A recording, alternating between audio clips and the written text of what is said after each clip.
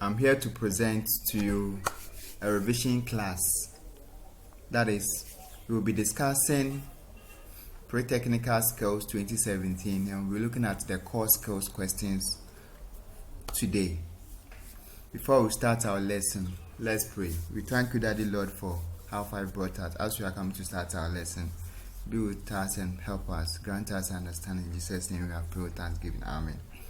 So just as I said earlier, we are discussing BC Pre-Technical Skills 2017 past question, and we will be going through the core skills aspects in the session B. So we'll quickly move on to the session B questions, and we will discuss the core skills.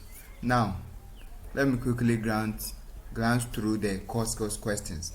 The first question says, what are temporary stitches? We are to state 4 reasons for setting a table for family meals. Then, a unit for hanging school uniforms is to be designed and made in the school workshop. Now, these are the questions related to the option C. State 2 places where the unit will be placed in the workshop. We have to state 2 specification questions based on construction. Then 1 specific material for making the unit. Then D. List 5 important pieces of information printed onto a package. Then we have to name 2 other methods of making a print. So friends, these are the questions that we'll be discussing today. So let's quickly move on to the answers. Now, the first question, question 1, it says that, what are temporary stitches? What are temporary stitches? And the definition for temporary stitches, it says that these are stitches used to hold part of articles together and removed when permanent stitches are made. So it means that when you are making a garment or sewing a cloth and you want to make stitches, we have temporary stitches and we also have permanent stitches. And these temporary stitches are made so that when the permanent stitches are made, it will be removed. So it is not something that is permanent or forever. So you do it and for some time, and you have to remove it when you are coming to sew it permanently. Then also we have to state 4 reasons for setting a table before a meal. That is for a family meal. So when the family is coming to dine, we have to set a table. So why do we have to set the table before the meal? Set the table, and these are the reasons. Now, when you set the table, it stimulates or it whets appetite. Sometimes we just look at how the table has been set or how it has been designed, how the things have been placed on it, and it's like, wow. Even if you are not hungry, you feel like going to eat. Then another point is that to have all items needed within reach. As you set the table, you make sure that everything that you need when eating is placed there. So one reason why we set table is that we will have all items needed within the reach. That is when eating. Then third one, to make eating more pleasant. To make eating more pleasant. Just as we said in the first point, it whets your appetite. So if the table is being set, it's definitely make the eating more pleasant. Now, to create a welcoming environment, sometimes you see how the table will be set with these flowers and colorful napkins and table covers and stuff. So when these items are being placed in their right locations, it makes the environment more welcoming. Then it brings out the skill of the caterer. So table setting is actually one of the skills that caterers need learn. So if you set the table, it exhibits the skill of the caterer. So young ones are being taught how to set the table. So in a family setting, young ones are being taught how to set a table. Let's move on to our third question. Now we are coming to make a unit for hanging school uniforms, and it's supposed to be designed in the school workshop. The first question: 2 places where the unit will be placed in the workshop. So after constructing the unit, where will it be placed? Now, in the wardrobe, so we can place the hanger in the wardrobe. It can also be placed on the wall or the partition bar. It can be placed behind the door or on the window frame. So these are the possible areas where the units will be placed. Then also 2 specification questions. Specification based on construction. So as you construct the artifact or the unit, you have to consider its durability. So you are saying that it must be strong. It must be strong.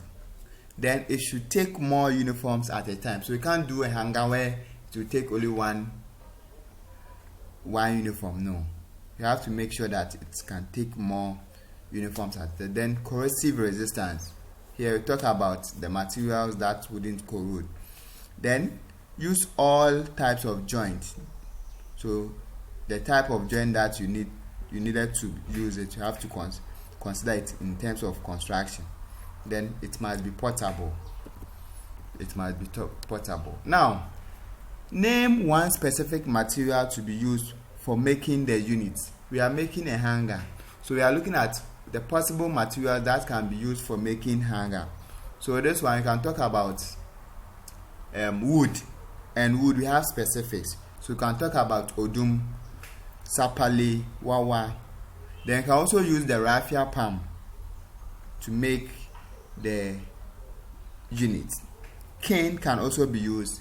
PVC, that is acrylics, can also be used. Mild steel and aluminium. All these are materials that can be used to construct the unit, that is the hanger. Now we have to list 5 important pieces of information printed onto a package. So talk about packaging, the design on it.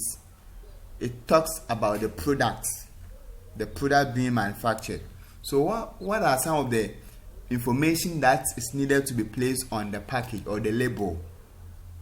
Now, when you buy any product, most of the times the first thing that we consider is the expiring date, and we normally look at it from the label or the package. So first of all, the package should contain the name of the product. So you're going to buy a product, you make sure that, or it is always that the name is being placed on it. I'm going to buy Pepsodent, so the box contains the name Pepsodent. Then the manufacturing date is also there. Then expiring date. Sometimes it has barcode reader for tracking the item. Sometimes when you go to the supermarket, that is what is being used to track the prices of the items. Then the ingredients used. Sometimes you get to know the ingredient that was used to make that particular item. Picture of content.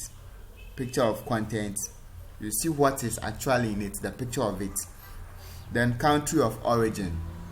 Here nowadays we are proclaiming that most of our country should be able to produce most of the things that we use. So we normally advise that we buy products made in Ghana products. Yeah. Then the usefulness of the product. Sometimes you also get to know the net or the weight, the net weight or the volume of the product. Now the next question: name 2 other methods of making a print. So when you want to make a print, we have 2 ways. We have the direct print and the indirect print. The direct print is direct printing from existing surface. You can use leaf, tree bark, coin to make a direct print. The indirect print can talk about block, screen, stencil, ruler, relief, and frontage. So friends, these were the questions that was given to our seniors in the year 2017, and we have discussed the questions. So we will end our lesson here. We will meet again, and as we await, we pray that we have to stay safe.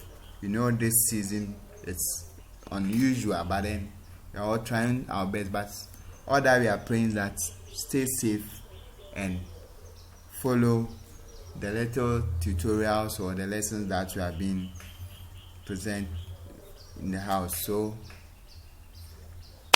we will end our lesson here. Thank you all for being with us. May God bless you today and the days ahead. Amen.